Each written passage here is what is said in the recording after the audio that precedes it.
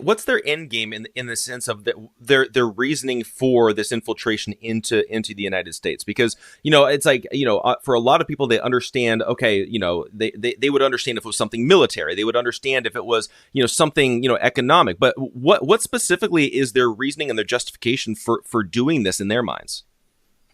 Well, I think that if you take a look back on all of the communist government regimes and all these government officials, their goal was very straightforward: target the U.S. and destroy the U.S.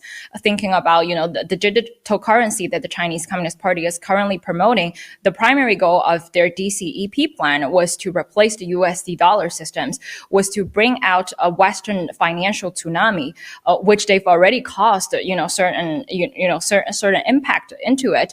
And thinking about releasing the CCP virus in the past decades, that the Chinese Communist Party's biological threats wasn't just targeting the United States itself. They have been established biological weapon labs almost all over the globe. Mao's had warned the world that in the past year's broadcast that the Communist Party, tried to establish biological weapon labs and conduct biological weapon activities in Japan, in East Europe, and in Middle East. And these biological weapon activities has been successful, thinking about the COVID pandemic and the loss of lives that American has to, endure in the last years.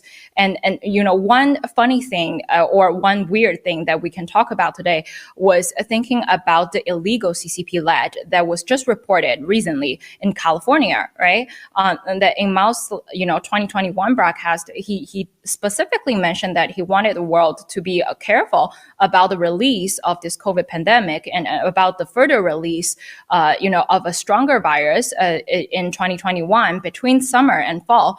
And he said that, that in the United States, the virus could probably be originating from California. And thinking about the California lab today, that the United States had found that lab, but by end of 2022, remember how much loss of life that we have been experienced in the past years. So I think these are all vivid examples, and unfortunately, great loss of the United States to be aware of CCP's infiltration and damage to this country.